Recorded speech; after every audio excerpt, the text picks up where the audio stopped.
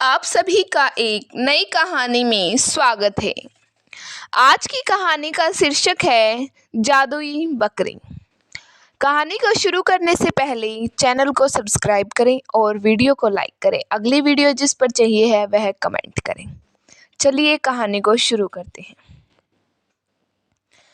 एक बार एक गांव में राजू नाम का ईमानदार आदमी रहा करता था। राजू का एक बहुत बड़ा बकरियों का फार्म था। वह सभी बकरियों को बहुत अच्छे से और बहुत प्यार से रखता था। उसकी सभी बकरियां अच्छे से दूध देती और बहुत चुस्त रहती थी।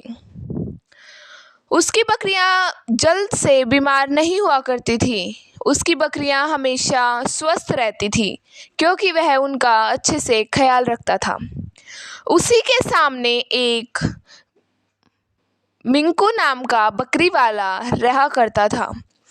मिंकू को सिर्फ पैसे से प्यार था। मिंकू को सिर्फ दूध चाहिए हुआ करता था। वह उनका ख्याल नहीं रखता और उनको बहुत मारता अगर वह दूध नहीं दे दी तो। वह उनको अच्छे से खाना भी नहीं देता। जिस दिन अगर कोई बकरी दूध नहीं देती तो उस दिन उसको खाना भी नहीं देता। इसी प्रकार एक दिन एक साधु बकरी वाला उस मिंकू के फार्म पर आया। उस मिंकू के पास उसने बकरी को बेचने की इच्छा जाहिर की क्योंकि वह बकरी बहुत बीमार थी और उसकी हड्डियां भी दिख रही थी। बकरी की बुरी हालत होने के कारण वह अच्छे से दूध नहीं देती थी। मुनि ने कहा, बेटा इस बकरी को रख लो, तुम्हें इससे बहुत फायदा होगा। तुम पहले इसकी सेवा करना तो यह तुम्हें दूध भी देगी। मिंकू ने सोचा, ये तो मुझे पागल बना रहा है। ये तो सोच रहा है कि मैं मंदबुद्धि हूँ। मुझे पता ही नहीं, यह बकरी तो बिल्कुल दुबली पतली है। ये क्या दूध देगी? मुझसे नहीं होगी इसकी इतनी सेवा। यह देखकर तभी वह राजू उस बकरी वाले मुनि के पास आ जाता है और उससे कहता है कि क्या हुआ? इस बकरी को क्या हुआ? आप इसे क्यों बेच रहे हो? यह तो दिखने में बहुत सीधी सी बकरी दिखाई दे रही है। इसी पर मुनि कहता है कि बेटा, यह बकरी बिल्कुल बहुत ज़्यादा बीमार हो चुकी है। बीमार होने के कारण यह दूध भी नहीं देती है। यह दूध भी नहीं देती और न ही कुछ खाती है। इसको पहले इलाज की ज़रूरत है और इलाज के लिए मेरे पास पैसे नहीं हैं। अगर यह दूध देती होती तो मिंकू भी इसको खरीद लेता। अब तो यह दूध भी नहीं देती और बेचारी बीमार हो चुकी है। इससे उठा भी नहीं जा रहा। मुश्किल से यहाँ तक लेकर आया हूँ। इसी पर राजू कहता है कि लाइए, इस बकरी को मैं खरीद लेता हूँ। बताइए आपको कितने पैसे चाहिए? वो मुनि की मुंह मांगी रकम दे देता है और राजू ईमानदार होते हुए बहुत अच्छे स्वभाव का भी था। वह उस बकरी को अपने फार्म में ले आता है और उसकी बहुत ज़्यादा सेवा करता है। बकरी धीरे धीरे ठीक होने लग रही थी। बकरी धीरे धीरे ठीक हो रही थी और वह खुश हो रहा था।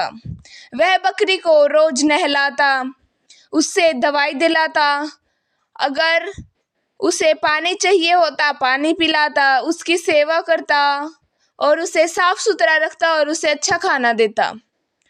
बकरी धीरे धीरे दुबली से मोटी होने लगी। वह अभी उसका दूध भी नहीं निकालता था कि इतनी दुबली पतली का क्या दूध निकालूंगा। फिर वह धीरे धीरे बहुत मोटी हो गई और सुंदर और स्वस्थ भी हो गई। वह सभी बकरियों की तरह चुस्त दुरुस्त हो गई। अब फिर राजू ने सोचा कि यह बकरी तो अच्छी हो गई है, क्यों ना इसका दूध निकाला जाए। पहले वह सोचता है कि अभी रुक जाता हूँ कुछ दिन, दूध कुछ दिन बाद निकाल लूँगा, इसे अच्छे से स्वस्थ होने देता हूँ। कुछ दिन बाद राजू उस बकरी का दूध निकालने के लिए बाल्टी को ले आता है। वह सबसे छोटी बाल्टी लेके आता है और सोचता है कि यह तो बहुत थोड़ा दूध देती होगी, अभी यह स्वस्थ अच्छे से नहीं हुई है। जब राजू ने उस बकरी का दूध निकालना शुरू किया तो वह छोटी सी बाल्टी तो चंद मिनटों में भर गई। फिर वह और बड़ी बाल्टी लेके आया। ऐसा करते करते बकरी ने 10 बाल्टियां भर दी, दूध की 10 बाल्टियां भर दी। यह देखकर राजू बहुत खुश हो गया और मिंकू ने देखा, ये क्या, ये तो जादुई बकरी है। काश ये जादुई बकरी मैं ले लेता। एक काम करता हूँ, यह जादुई बकरी मैं चोरी कर लेता हूँ। फिर राजू की खुशी का कोई ठिकाना नहीं था। राजू खुश हो गया और सोचने लगा कि मैंने अगर इसकी सेवा की तो इसने मुझे फल भी दिया। फिर रात को राजू फार्म को बंद करके अपने घर चला जाता है। इसी के पीछे से मिंकू उस बकरी को चुरा लेता है। बकरी चुराकर वह अपने फार्म में बांध लेता है। फार्म में बांधने के बाद वह भी फार्म को बंद करके घर चला जाता है। सुबह आकर देखता है तो वह बकरी तो वापस ही राजू के फार्म में थी और मिंकू सोचता है कि काश मैं भी ईमानदार सच्चे दिल का होता तो मुझे भी आज इतना मुनाफा हो रहा होता। तो इसीलिए हमें कभी भी अपना स्वार्थ के लिए किसी दूसरे जीव को खुश रखने से मना नहीं करना चाहिए। अगर दूसरों को खुश रखेंगे तो इसमें हमें भी खुशी मिलेगी। इसी प्रकार से इस कहानी का अंत होता है।